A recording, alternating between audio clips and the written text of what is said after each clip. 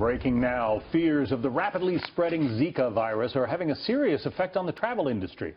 The World Health Organization says the virus, linked to thousands of birth defects, will reach nearly every nation in the Americas.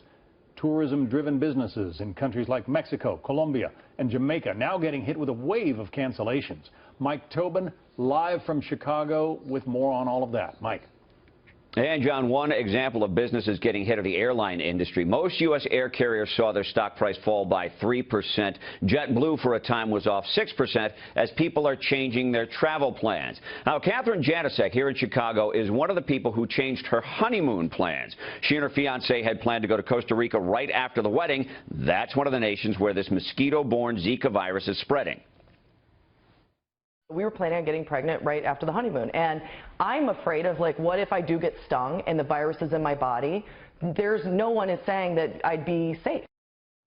Now, nations in which the virus is spreading are seeing an abnormal spike in a birth defect called microcephaly, babies born with underdeveloped brains and abnormally small heads. The World Health Organization cannot make the link between the birth defect and the spread of the Zika virus, but it is strongly suspected.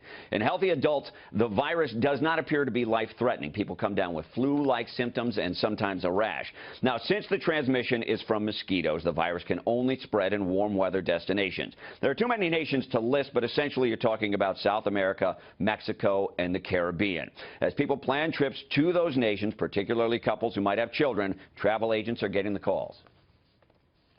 We're definitely getting a lot of calls with those clients who want to postpone their trip, cancel their trip, reschedule, or maybe go to a new destination.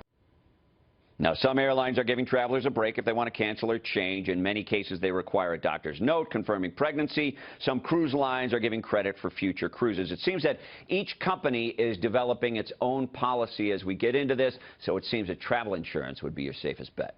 John? All right, Mike Tobin reporting live from Chicago. Thanks.